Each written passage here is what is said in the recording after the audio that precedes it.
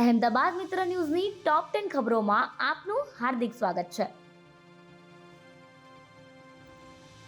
નોબલનગર 4 રસ્તા પર ફૂટપાથ પરથી મૃતદેહ મળતા ખળભળાટ. અમદાવાદના નોબલનગર 4 રસ્તા પાસે મહિલાની સળગેલી હાલતમાં લાશ મળી આવી.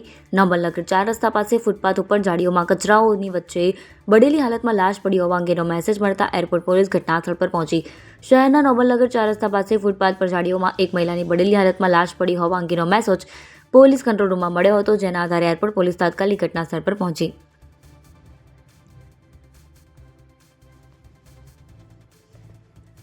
સગીરે પિતા, દાદા, દાદી અને ફોઈના ત્રાસથી ગળા ફાંસો ખાધો.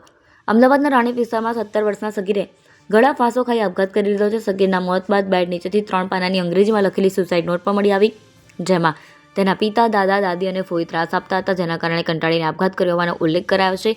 રાણીપ પોલીસે સમગ્ર મામલે ચારેય સામે ગુનો નોંધી તપાસ શરૂ કરી છે.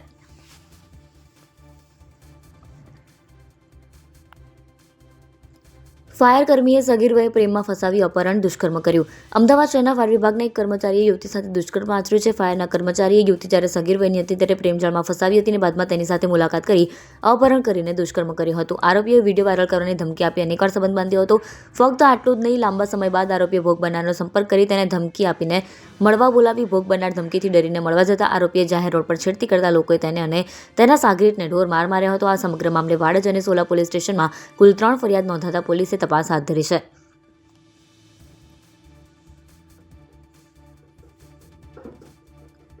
નરોડા બ્રિજ પાસેથી 1 કરોડનો વિદેશી દારૂ ભરેલ કન્ટેનર ઝડપાયું.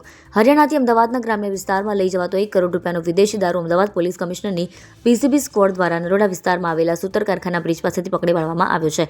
પોલીસે ડ્રાઈવરની ધરપકડ કરી 1.28 કરોડનો મુદ્દામાલ જપ્ત કર્યો છે.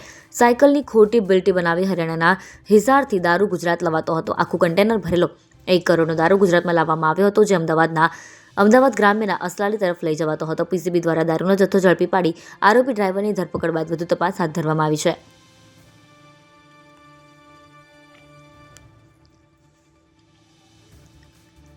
ગુજરાતમાં ગરમી બાદ હવે કમોસમી વરસાદનો કહેર.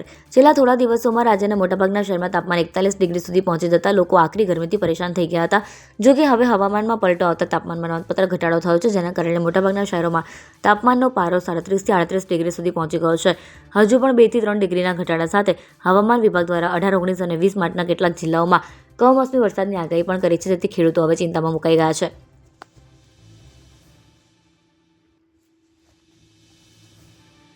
બાઇક ચાલકે હેલ્મેટ પહેર્યું છતાં ₹500નો ઈ-મેમો.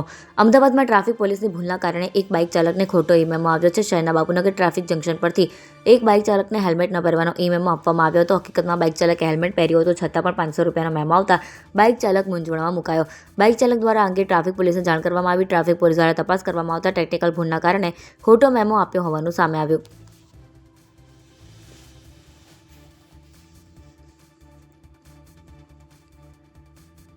યુનેસ્કોનું પ્રતિનિધિમંડળ 5 દિવસ અમદાવાદની મુલાકાતે. દેશમાં વૈશ્વિક ઓળખ ધરાવનાર વર્લ્ડ હેરિટેજ સિટી અમદાવાદના વૈશ્વિક દરજ્જાને જાળવી રાખવા માટે UNESCO international council on monuments and sites ઇકોમોસનું સંયુક્ત પ્રતિનિધિમંડળ 17 માર્ચના રોજ અમદાવાદની મુલાકાતે આવી 5 દિવસ અમદાવાદ ખાતે રહેશે. વર્લ્ડ હેરિટેજ સિટીમાં ઓળખ ધરાવતા એવા કોટ વિસ્તારમાં કાલુપુર રેલવે સ્ટેશન, ગીતા મંદિર, ST bus stand, Danapith fire station અને મ્યુનિસિપલ કોર્પોરેશનના જૂના હેરિટેજ બિલ્ડિંગના 4 પ્રોજેક્ટ્સના ડેવલપમેન્ટ મામલે કેટલાક પ્રશ્નો હોવાથી આ પ્રતિનિધિમંડળ મુલાકાતે આવ્યા હોવાનું સામે આવ્યું છે.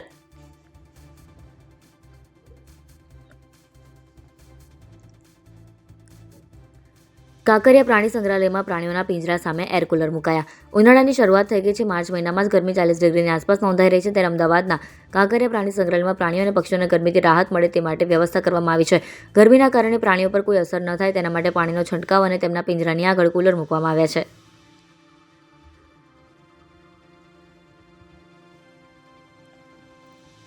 ધંધુકા એસટી મથક પાર્કિંગમાંથી બાઇક ચોરી.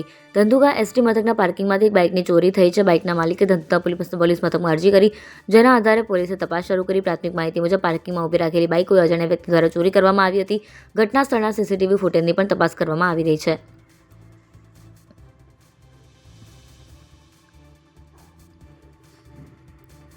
વર્ષ 2011ના એક કેસમાં મોરિસ ક્રિશ્ચન નિર્દોષ.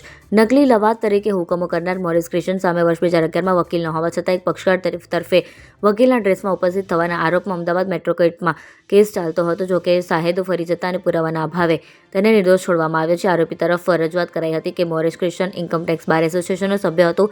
તે તેના કામ અર્થે જ ઇન્કમટેક્સ ગયો હતો, પરંતુ વકીલોને ગેરસમત થતાં હોબાળો મચ્યો હતો. અહેમદાબાદ મિત્ર ન્યૂઝની યુટ્યુબ ચેનલને સબસ્ક્રાઇબ કરો અને બેલ આઇકન જરૂરથી દબાવો, જેથી મહત્ત્વના સમાચાર આપના સુધી જલ્દીથી પહોંચે.